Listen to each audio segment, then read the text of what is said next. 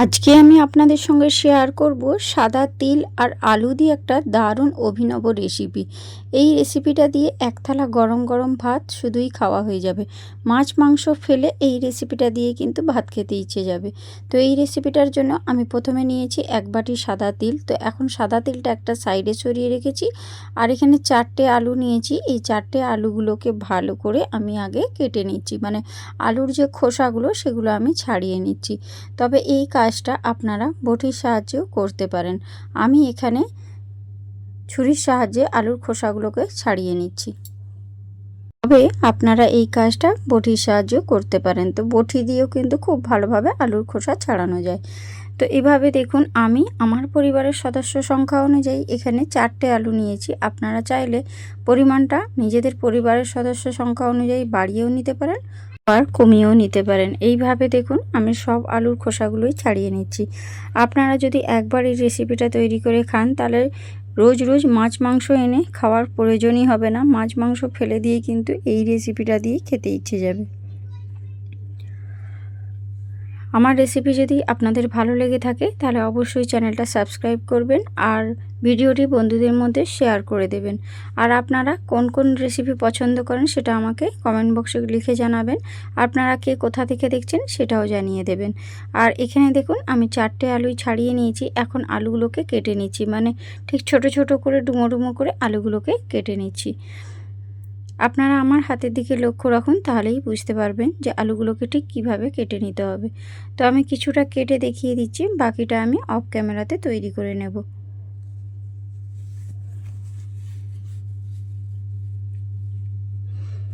এই পর্যায়ে দেখুন আমার কিন্তু সব কটা আলুই কাটা হয়ে গিয়েছে।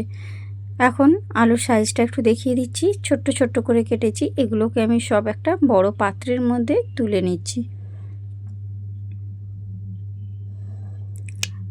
আলুটা একটা বড় পাত্রের মধ্যে তুলে নিয়ে এবার আলুটাকে খুব ভালো করে জল দিয়ে পরিষ্কার করে ধুয়ে নিতে হবে, কারণ আলুর মধ্যে প্রচুর নোংরা থাকে।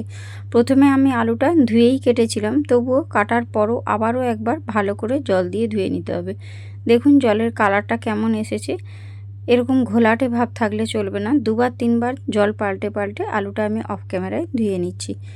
এখন আমি একটা মিক্সির বোলের মধ্যে নিয়ে নিচ্ছি ওই বেশ যে সাদা তিলটা নিয়েছিলাম ওই তিল, আর তার সঙ্গে বেশ কিছুটা পরিমাণে মানে ওই 6-7টা মতো কাজু নিয়েছি।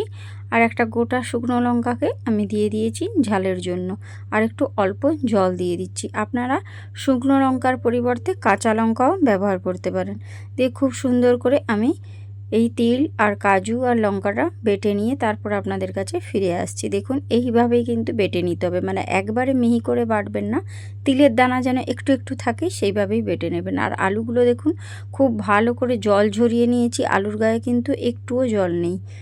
এবারে গ্যাসের উপর একটা কড়াই বসিয়ে দিয়েছি আর তার মধ্যে দিয়ে দিচ্ছি বেশ কিছুটা পরিমাণে সর্ষের তেল। রেসিপিটা আপনারা সর্ষের তেলেই করবেন, তাহলে দেখবেন এটা খেতে বেশি ভালো লাগবে।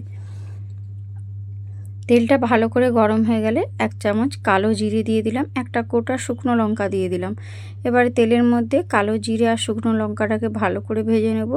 লঙ্কা আর জিরের ভাজার একটা সুন্দর গন্ধ আসবে, তখন এর মধ্যে দিয়ে দিতে হবে একটা বড় সাইজের পেঁয়াজ, মানে পেঁয়াজটা আমি কুচিয়ে রেখেছিলাম আগে থেকেই, সেই পেঁয়াজটা দিয়ে দিচ্ছি।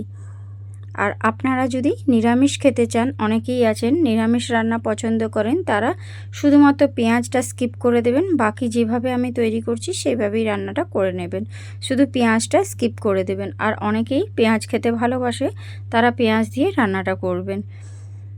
তো এবারে পেঁয়াজটাকে খুব ভালো করে তেলের মধ্যে নাড়াচাড়া করে ভেজে নিচ্ছি। একবারে যে খুব বেশি ভাজার দরকার, যে একদম লালচে করে সেরকম নয়, পেঁয়াজটা একটু ভাজা হয়ে যাবে সেই রকম পর্যায়ে পেঁয়াজটা ভেজে নিতে হবে। আর এখন আমি ওই পেঁয়াজের মধ্যে দিয়ে দিলাম একদম স্বাদ মতো লবণ, মানে লবণের পরিমাণটা একটু বেশিই দিয়ে দিলাম যাতে আমাকে আর পরে লবণটা না দিতে হয়। লবণটাকে দিয়ে দিলে পেঁয়াজটা খুব তাড়াতাড়ি মজে যাবে। এবারে কেটে ধুয়ে রাখা আলুগুলো আমি ওই তেলের মধ্যে দিয়ে দিচ্ছি। এবারে খুব ভালো করে আলুটাকে এখন তেলের মধ্যে কষিয়ে নিতে হবে। যে কোনো রান্নার স্বাদ কিন্তু কষানোর উপর অনেকটা নির্ভর করে। সবজি রান্না যদি তেলের মধ্যে ভালো করে কষানো হয় সেখানেই কিন্তু 95% সেদ্ধ হয়ে যায়। আর খেতেও ভালো লাগে। তার জন্যই সবসময় যে কোনো সবজি রান্না করলে আপনারা ভালো করে কষিয়ে রান্নাটা করবেন, দেখবেন এর স্বাদ ভীষণ ভালো হয়। আর এভাবে একটু ঢাকনা দিয়ে দিয়ে আলুটাকে কষিয়ে নিচ্ছি। যতক্ষণ না আলুর গায়ে একটা ভাজা ভাজা ভাব আসছে ততক্ষণ এইভাবে ঢাকনা দিয়ে নাড়াচাড়া করে ভেজে নেব। এতে আলুটা অনেকটাই সুসেদ্ধ হয়ে যাবে। আলুটা সেদ্ধ করতে বেশিটা সময় লাগবে না। আর বারবার এভাবে ঢাকনা দিয়ে দেখুন আমি ভেজে নিচ্ছি। আর যেহেতু লবণটা দেওয়াই আছে, আলুটা কিন্তু খুব তাড়াতাড়ি সেদ্ধ হয়ে যাবে। তেলের মধ্যে নাড়াচাড়া করতে করতে আলুটা ভাজাও হয়ে যাবে আর সেদ্ধও হয়ে যাবে।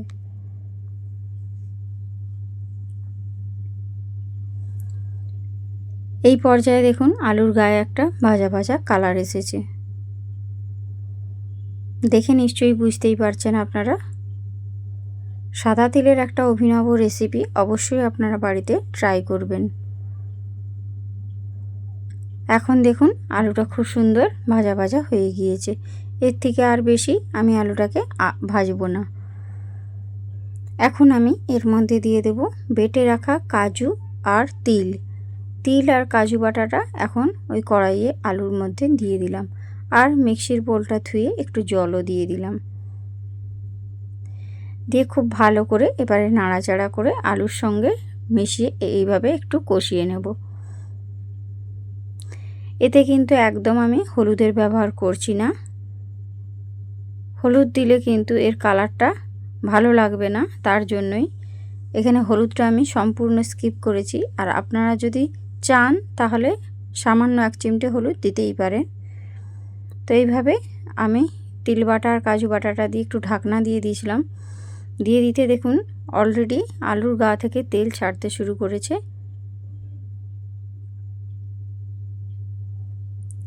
আলু আর তিলটাকে দিয়ে খুব ভালো করে আমি কষিয়ে নিয়েছি। আর এখন আর এর মধ্যে অ্যাড করে দেব হাফ বাটির মতো জল। যেহেতু আলুটা আমি আগে থেকেই সেদ্ধ করে রেখেছিলাম, মানে ঢাকনা চাপা দিয়ে দিয়ে রান্নাটা করেছি, আলুটা অনেকটাই সুসেদ্ধ হয়েছে।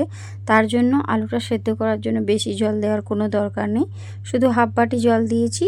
এবারে যখন জলটা এইভাবে ফুটতে শুরু করেছে তখন আমি এটাকে ঢাকনা দিয়ে দিচ্ছি। আর ঢাকনা দিয়ে 2-3 মিনিট মতো এইভাবেই গ্যাসের ফ্লেমটা লো টু মিডিয়াম ফ্লেমে রেখে রান্নাটা করে নেব। এখন দেখুন আলুর মধ্যে যে জলটা ছিল অনেকটাই কমে গিয়েছে। আর এখন এইটাকে আমি এই রকম অবস্থাতেই নামিয়ে দেব। তো তবে নামানোর আগে কিছু উপকরণের মধ্যে অ্যাড করব। দেখুন আলুগুলো সুসেদ্ধ হয়ে গেছে, আমি খুন্তির সাহায্যে কেটে আপনাদেরকে দেখিয়ে দিচ্ছি। আর এটা এখন যতটা একটু ঝোলা ঝোলা মনে হচ্ছে এতটা থাকবে না, এটা বসে যাবে ঠান্ডা হয়ে গেলে। তার জন্য এইভাবেই নামিয়ে দিতে হবে। তো গ্যাসের ফ্লেমটা একদম লো ফ্লেমে করে দিয়েছি। এখন এর মধ্যে উপকরণ হিসাবে অ্যাড করছি সামান্য অল্প পরিমাণে একটু চিনি আর কাঁচা সরষের তেল। এটা স্কিপ করবেন না, অবশ্যই কাঁচা সরষের তেলটা দেবেন, তাহলে খেতে ভালো লাগবে। একটুখানি নাড়াচাড়া করে আমি গ্যাসের ফ্লেমটা বন্ধ করে দেবো, মানে চিনিটা একটু দেওয়ার পর 1 ফুট ফুটিয়ে নেব, তারপরেই গ্যাসের ফ্লেমটা আমি বন্ধ করে দিচ্ছি। এবারে দেখুন একটু ফুটিয়ে নেওয়ার পর গ্যাসের ফ্লেমটা আমি টোটালি বন্ধ করে দিয়েছি। আর এর থেকে বেশি ফুটিয়ে দিলে কাঁচা সরষের তেলের যে সুন্দর একটা স্মেল আসে সেটা নষ্ট হয়ে যাবে, তার জন্য গ্যাসের ফ্লেমটা টোটালি বন্ধ। আর এখন দেখুন আজকে আমার আলু দিয়ে সাদা তিলের তরকারিটা একদম রেডি। ভীষণ সুন্দর হয় খেতে। আমি একটা বড় পাত্রের মধ্যে আপনাদেরকে সার্ভ করে দেখিয়ে দিচ্ছি দেখতে কতটা লোভনীয় হয়েছে। দেখুন মাত্র 10 মিনিটেই এই রেসিপিটা তৈরি হয়ে যায়। তো কার কার আমার এই সাদা তিল আলুর রেসিপিটা ভালো লাগলো অবশ্যই কমেন্ট বক্সে কমেন্ট করে জানাবেন। আর রেসিপি যদি ভালো লেগে থাকে বন্ধুদের মধ্যে শেয়ার করে দেবেন। আজকের মতো আমি ভিডিওটা এখানেই শেষ করছি। আপনারা সুস্থ থাকবেন, ভালো থাকবেন, আর কে কোথা থেকে দেখছেন অবশ্যই জানাবেন। তো আজ আসি বন্ধুরা, টাটা, বাই বাই।